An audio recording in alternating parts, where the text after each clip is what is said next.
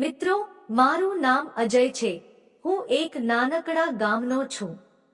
મારી આ નવી સ્ટોરી છે કે કેવી રીતે મેં મારી માસીના છોકરાની એટલે કે મારી ભાભીને કેવી રીતે મેં તેને આનંદ કરાવ્યો તેની વાત છે. મારા માસીના દીકરાના લગ્ન થોડા મહિના પહેલા જ થયા છે. વાર્તા 1 મહિના પહેલા બની હતી. હું ઘણા દિવસોથી મારી ભાભીને ફોલો કરતો હતો. હું તેને પ્રભાવિત કરવાના તમામ પ્રયાસો કરી રહ્યો હતો, પરંતુ અત્યાર સુધી મને સફળતા મળી ન હતી. હું અને ભાભી હંમેશા ફોન પર વાત કરતા. હું તેની સાથે ખૂબ મજાક પણ કરતો હતો. એક દિવસ મેં મારી ભાભીને મજાકમાં કહ્યું કે, ભાભી, મારે તમારી સાથે મોજ મસ્તી કરવી છે. ભાભી કહ્યું, ભાઈ, તમે શું કહો છો? ના, આ ન થઈ શકે. આટલું કહીને ભાભીએ ફોન મૂકી દીધો. પછી બીજા દિવસે મેં તેને ફોન કર્યો. તેથી ભાભીએ ફોન કાપી નાખ્યો. મેં તેને ફરીથી ફોન લગાવ્યો. પછી ક્યાંક 2-3 વાર પછી ભાભીએ ફોન ઉપાડ્યો. મેં કહ્યું, માફ કરશો ભાભી, મારી ભૂલ થઈ ગઈ છે. કૃપા કરીને મને માફ કરો. ભાભી કહ્યું, ઠીક છે, મને કોઈ સમસ્યા નથી. મેં ફરીને કહ્યું, હું તમને એક વાત કહું ભાભી, તમને વાંધો નહીં આવે ને?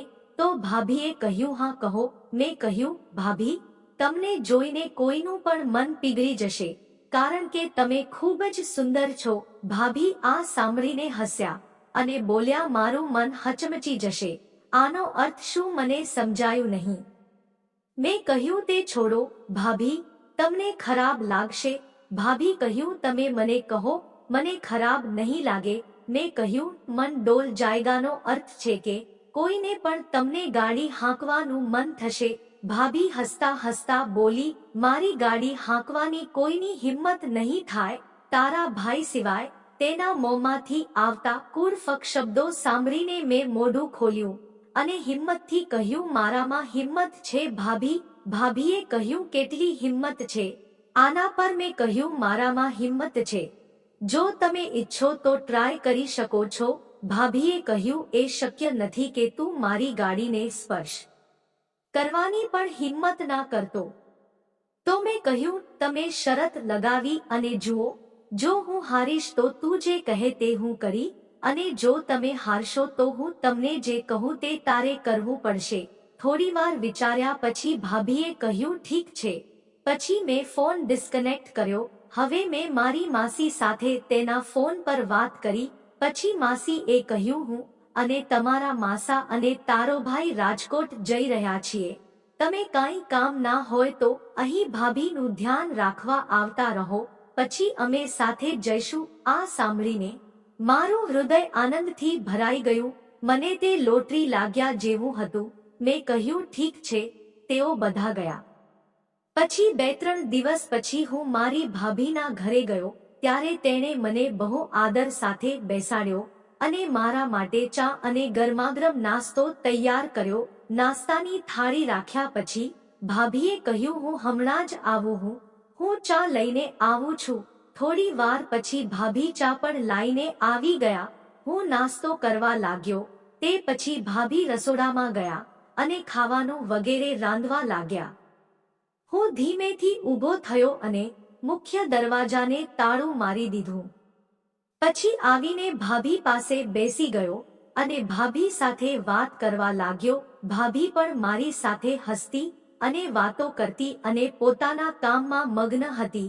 તે રોટલી અને શાક ભાત સાથે પૂરી પણ બનાવતી હતી. હું ધીમેથી ઊભો થયો અને ભાભીની પાછળ ગયો અને તેને જોરથી પકડીને તેના હાથ દબાવ્યો. આના પર ભાભી અચાનક ગભરાઈ ગઈ અને બોલી, આ શું કરો છો? મને છોડી દો, આ ખોટું છે. પરંતુ મેં તેને છોડ્યો નહીં અને રોટલીના લોટમાં મારી આંગળી દાખલ કરી. મેં તેણીની કાથરોટ ઉપર આંગળી કરી હતી. આના પર ભાભી આગળ વધી અને મેં ઝડપથી આગળ વધીને તેને ફરીથી પકડી લીધો. જ્યારે ભાભી અહીંથી ફરવા લાગી ત્યારે મેં તેને રસોડાની દિવાલ સાથે દબાવી દીધા. હવે જ્યારે મેં ભાભીને હેરાન કરવાનું ચાલુ કર્યું તો ભાભી કહેવા લાગી, તમે ખોટું કરો છો. બધા આવ્યા પછી હું તેમને આ બધી વાતો કહીશ. મેં કહ્યું, તમે કહી શકશો નહીં. તેણીએ કહ્યું, કેમ ના કહી શકું? મેં કહ્યું, તમે મારી સાથે ખુશ થશો એટલે જ તમે કહો નહીં. તેણીએ કહ્યું, ના, તમે મને ખુશ કરી શકશો નહીં. ભાભી બબડાટ કરવા લાગ્યા. મેં તેને કહ્યું, ફોન ઉપર તો તમે મોટી મોટી બડાશ મારતા હતા કે મારી ગાડી કોઈ હાંકી શકશે નહીં. તો ચાલો આજે તમારી ગાડી બતાવો. આજે હું તેમને પૂર ઝડપે હાંકીને બતાવીશ. ભાભીએ મને કીધું, રહેવા દે, એ તારા હાથની વાત નથી. તો મેં પણ જીદ કરી કે ના, આજે તો હું ગાડી હાંકીને જ રહીશ. પછીથી ભાભીએ તેમના ગોડાઉનનું શટર ખોલ્યું અને હું ગોડાઉનની અંદર દાખલ થયો. ત્યાં ગાડી એક લાલ કપડા વડે ઢાંકેલી હતી. મેં ધીરેથી તે કપડાને હટાવીને ગાડી જોઈ. તે ખૂબ જ સુંદર અને સાફ હતી. ગાડી જોયા પછી મને એવું લાગતું હતું કે આ ગાડી કાલે જ ગેરેજમાં સર્વિસ કરાવેલી છે. તેણે કહ્યું કે જોઈશું રહ્યા છો, ચાલો હાંકવાનું શરૂ કરો. પૂરી ગાડી ઉપર હાથ ફેરવ્યો. પછી હું ગાડીની બાજુમાં ઊભો રહ્યો અને મારા બંને હાથથી હેન્ડલ પકડ્યું અને પછી ગાડી ઉપર સવાર થયો. ગાડીનો કલસ કરી અને ધીમેથી કિક મારી અને ગાડી સ્ટાર્ટ થઈ ગઈ. પછી મેં પહેલા ગેરમાં ધીમે ધીમે ગાડીને હાંકવાનું શરૂ કર્યું.